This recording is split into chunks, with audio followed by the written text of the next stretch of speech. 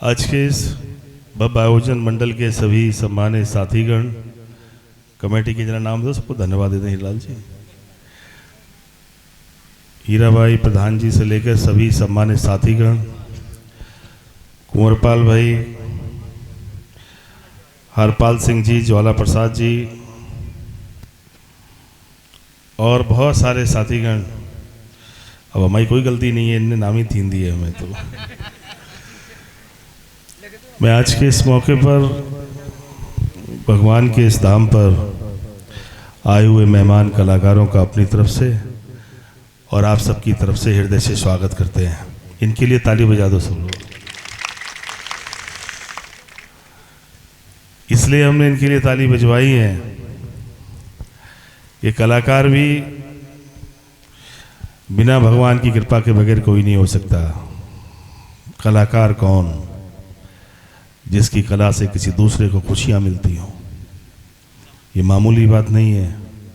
हम तो हर जगह सुनाते हैं कि भगवान ने हर व्यक्ति के अंदर एक कलाकार भेजा है जो किसी दूसरे को खुशियों की वजह बन सकता है। इनके विषय में तो हम कहते हैं कि भगवान की विशेष कृपा है कि कहीं भी इस पार्टी को जंगल में लेके जाके कराने लगो कार्यक्रम, जंगल में लोग पहुंच जाते हैं अपने आप सुनने के लिए। इसलिए ये अपनी ज़िंदगी में कैसे जी रहे हैं ये तो हमें नहीं पता है, पर लेकिन जितने बैठे हैं और जो नृत्य भी कर रहे हैं, इनकी पूरे समय तक कोशिश है कि हमारी कोशिश तुम्हें खुशियों की वजह बन जाए, तुम कुछ देर के लिए गम भूल जाओ, तुम आनंदित हो जाओ। बस यही कोशिश है इनकी। मैं तो भगवान से प्रार्थना करूंगा कि भगवान जितने लोग आपके इस धाम पर आए हैं ये सब किसी दूसरे की खुशियों की वजह बन जाएं। ऐसा इन्हें बनाओ। यही ज़िंदगी है, यही लड़ाई है कि हमारी कोशिश किसी खुशियों की वजह बन जाए।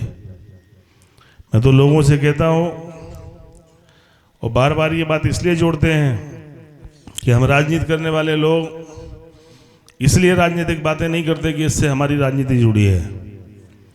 बल्कि राजनीति तो धरातल पे जब से पृथ्वी का जन्म हुआ तब से शायद मैं सोचता हूँ राजनीति है। भगवान की कथा में तो भी राजनीति है। भगवान राम के समय में तो राम राज्य की बात कही गई ना, एक ऐसा राज्य जिसमें लोगों के दरवाजे खुले रह जाएं। आज भी तो राजनीति में यही लड़ाई है कि हे भगवान, इस धरती पर वो राम राज्य कब आएगा जब दरवाजे खुले रह जाएं और सबके घरों में खुशी पहुंच जाए। हमने ये भी कहा कि हम राजनीति में भगवान राम का इस्तेमाल करके सत्ता तो ला सकते हैं, लेकिन राम राज्य लाने के लिए तो भगवान राम जैसा भाव बनाना पड़ेगा।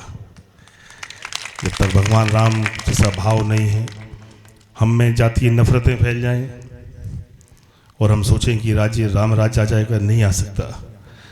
राम राज्य तो नफरत मिटा के ही ला सकते हैं हम। जिनकी जिम्मेदारी थी कि नफरतें मिटाएंगे वो नफरतों की विषय बन गए। जिनकी जिम्मेदारी थी गरीबी मिटाएंगे, उनके फैसले गरीबी बढ़ा रहे हैं। हम तो लोगों से कहते हैं कि हे गांव के लोगों, तुम किसी और पर ध्यान दे रहे हो ना दे रहे हो मुझे नहीं पता, पर सियासत पे ध्यान जरूर दो। तुम्हारी ज़िंदगी के सारी तरक्की के तार राजनीति से जुड़े हैं। कहाँ ढूंढ रहे हो तरक्की आप? तुम अपनी मेहनत से फसल पैदा कर सकते हो, लेकिन तुम्हारी फसल की कीमत तो राजनीति करने वाले लोग दिल्ली में बैठ के तय करते हैं। अगर तुमने फसल की कीमत ठीक दी होती तो गांव के गांव कर्ज में नहीं डूबे होते आज। अगर तुमने राजनीति पर ध्यान दिया होता तो कोई सरकार के बजट में 6,000 नहीं मिल रहे होते, 6 लाख मिल रहे होते आज तुम्हें। डरते सरकार करने वाले लोग। इस देश की जनता मालिक है, 85% लोग गांव में बसते हैं। हमारे ही खून पसीने की कमाई से देश चलता है। हमारे ही वोट से सत्ता बनती है। वोट भी हमारा, नोट भी हमारा। सिर्फ सत्ता में बैठने वाले लोगों को फैसला करना है ये नोट कहाँ खर्च करें हम। और जब हमारा देने का नंबर आ रहा है तो सबसे ज़्यादा कंजूसी हमारे साथ हो रही है। और ये कंजूसी इसलिए हो रही है कि राजनीति करने वाले लोगों को मालूम है कि गांव के लोग तो बहुत भोले सीधे हैं। इनका वोट इस बात पे कहाँ पड़ता कि तरक्की चाहिए हमें। इनका वोट तो बिरादरी से ही मिल जाना है। जब तक बिरादरी के नाम पर हम नफरतें पाले रहेंगे, हम सोच रहे किसी जाति के आदमी को बनाने से हम बन जाएंगे, ये सबसे बड़ा दुर्भाग्य और झूठ है। वो हमारे चाहने वाले हों या किसी और के, सियासत को तो समझना पड़ेगा। तुम्हारे पास कोई दूसरी ताकत नहीं है, तुम्हारे पास सबसे कीमती ताकत तुम्हारा वोट है। वो वोट जो तुम्हारी जिंदगी को बदल सकता है, वो किसी और वजह से मत डालो। जब तक नहीं समझ पाओगे तब तक ऐसे ही समझते रहोगे कहानियों को। जिस दिन ये समझोगे कि इस वोट नहीं है बल्कि तो हमारी ज़िंदगी के बदलाव का कारण है, सवाल करो कि एक वोट हमने एक वोट हमारे पास था, वो सबसे कीमती था, वो दिया था। बताओ 5 साल में तुमने हमारे स्कूल में बच्चों की पढ़ाई का क्या इंतज़ाम किया? और नहीं किया तो 5 साल में तो करोड़ों बच्चों का भविष्य बर्बाद हो गया। कैसे दोबारा लौटेगी ज़िंदगी इनकी?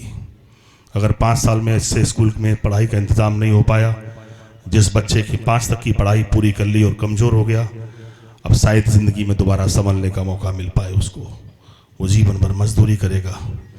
इसलिए राजनीति केवल किसी को बनाने की लड़ाई नहीं है।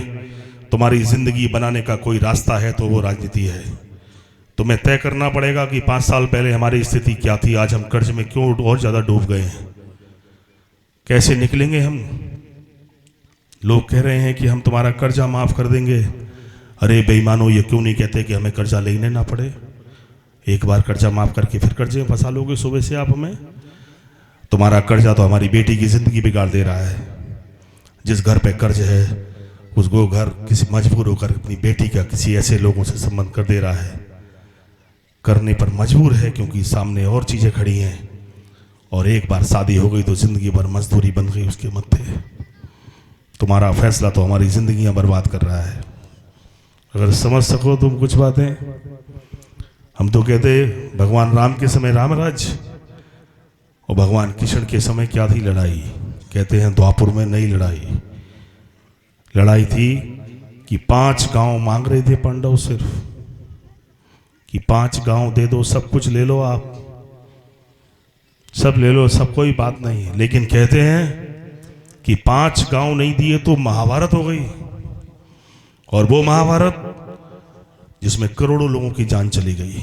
11 अक्षरी सेना एक तरफ, 7 अक्षरी एक तरफ, करोड़ों लोग लड़ गए उसमें लड़ाई, मर गए लोग। लोग कहते हैं इतना बड़ा महायुद्ध धरती पे हुआ नहीं। आज भी तो यही लड़ाई है। ये तो बैठे लोग सामने वाले 5 गांव भी नहीं मांग रहे, ये तो कह रहे जिंदगी में हमें कुछ खुशियां दे दो आप। जो सत्ता में बैठे लोग हैं उनसे यही तो कह रहे हैं कि हमें तो कुछ नहीं चाहिए, हमारी ज़िंदगियों में खुशियां कैसे आ जाएं, बस इतना इंतजाम कर दो। और जब ये इंतजाम भी कोई नहीं कर रहा है तो कब लड़ोगे महाभारत? मर जाओगे तब। लड़ने की उम्र में लड़ो लड़ाई, इस महाभारत को जीतने की कोशिश करो। राजनीति को थोड़ा सा समझो, और नहीं समझ पाए तो चल तो रही है काम। कोई बनेगा, कोई मिटेगा, चलेगा, ये कहाँ जाएंगे पता नहीं, लेकिन देश को आगे ले जाना पड़ेगा तो राजनीति पे ध्यान रखना। यही मेरी बातें हैं।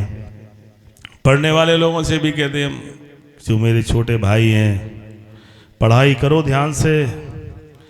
पढ़ाई के बगैर कोई रास्ता नहीं है ज़िंदगी में। अगर हमारे घर वाले बुढ़ावली से ले जाकर झांसी पढ़ाने नहीं ले गए होते तो हम भी गांव में खेती कर रहे होते। अभी जिंदगी का रास्ता पढ़ाई से निकला है। हमने देखा 10 साल उत्तर प्रदेश की विधानसभा में रहा हूँ, 70% MLA आए, चुपचाप बैठ के चले गए, एक शब्द नहीं बोले विधानसभा में। जो बोल नहीं सकता वो समस्याओं के समाधान क्या करेगा? ये तो लड़ाई है। इसलिए जिंदगी के हर क्षेत्र में पढ़ाई की जरूरत है, लेकिन तुम भी राजनीति पे नजर रखना, इसलिए कि तुम्हारी पढ़ाई कब कामयाब होगी? जब कोई ईमानदार सरकार होगी, वरना बेईमान सरकार बनेगी तो पढ़ते रह जाओगे, पैसा लेके भर्ती कर देगी तो फेल आदमी को। आज आशीर्वाद भगवान का आपको मिला होगा। मैं तो भगवान से ही प्रार्थना करूंगा, हे काला सरकार भगवान, जो लोग भजन कर रहे हैं, कीर्तन कर रहे हैं, भगवान को स्मरण कर रहे हैं, इनके काम से भी कहीं ना कहीं हम सबको ऊर्जा मिलती है।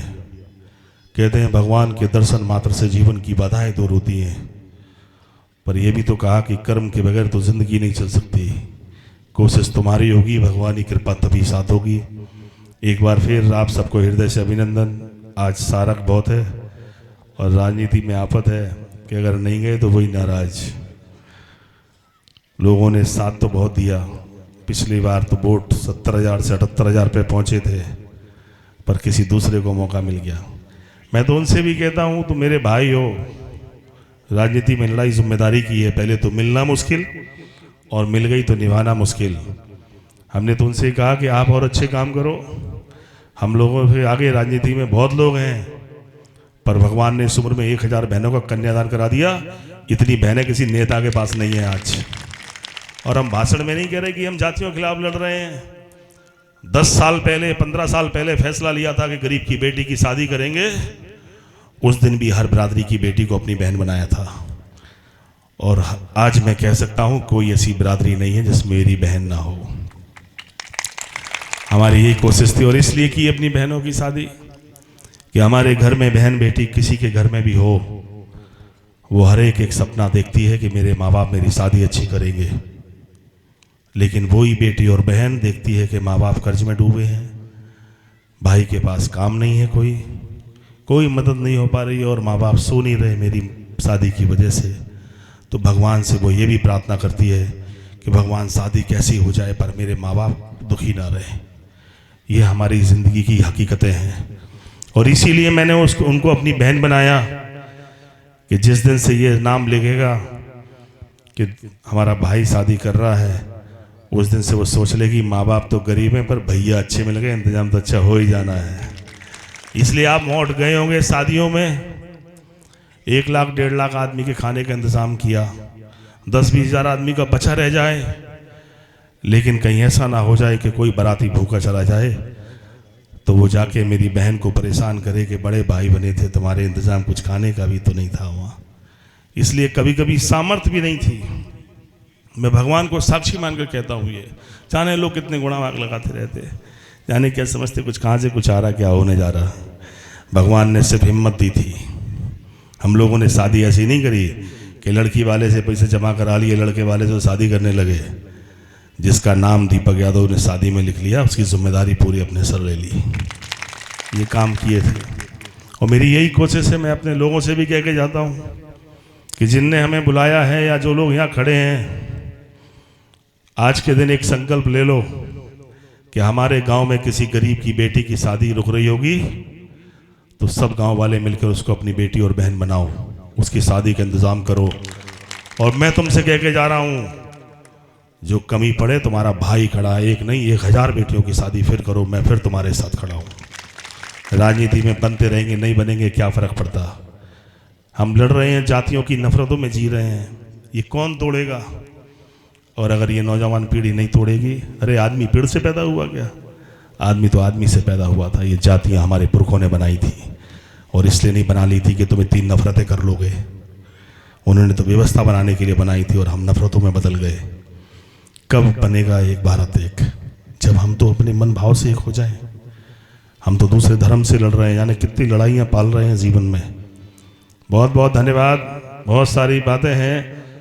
आज का माहौल, इनसे बढ़िया भजन और इनसे बढ़िया ये बड़े कलाकार हैं। भैया नहीं आए? आए, कहाँ छुप गए वो?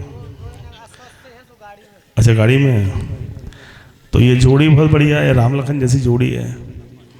एक की कमी दूसरा पूरा कर देता है। भगवान ने देखो एक घर में 2-2 आदमी बढ़िया दे दिया। ठीक है, तो आपका हृदय से धन्यवाद। बढ़िया अपना भजन सुनाओ, भगवान की कृपा सब पे पड़े। धन्यवाद। जय भगवान। खोलिए। दर्शन दीपक दत्ताए पाए, सब मिलबे को आए, और क्षेत्र भरे से जनता जुड़ गई, स्वागत करे तुम आए। और माथे तिलक लगा, रोरी से हार फूल पहनाए, और कहे राजन सब हाथ उठा दो। दोनों हाथ ऊपर करके। मित्रों, जिंदगी में कभी खुशी कभी गम होता है। हमारे विधायक जी के लिए हाथ वही उठाएंगे जिनकी बाजुओं में दम होता है। और कह राजन सब हाथ उठा दो, फिर से तुम्हें जिताए दर्शक दीपक दत्ताए पाए, दीपक दत्ताए पाए। हाँ दीपक दत्ता पाए, दर्शन दीपक दत्ता पाए।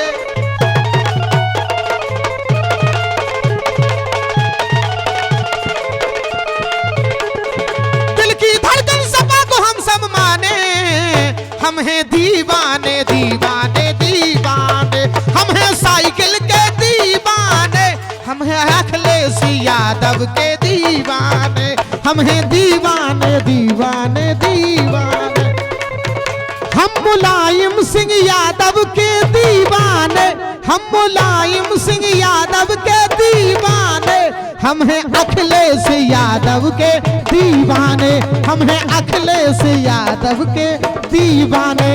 करियो ना दगा, दिल में जगा राखे रहियो,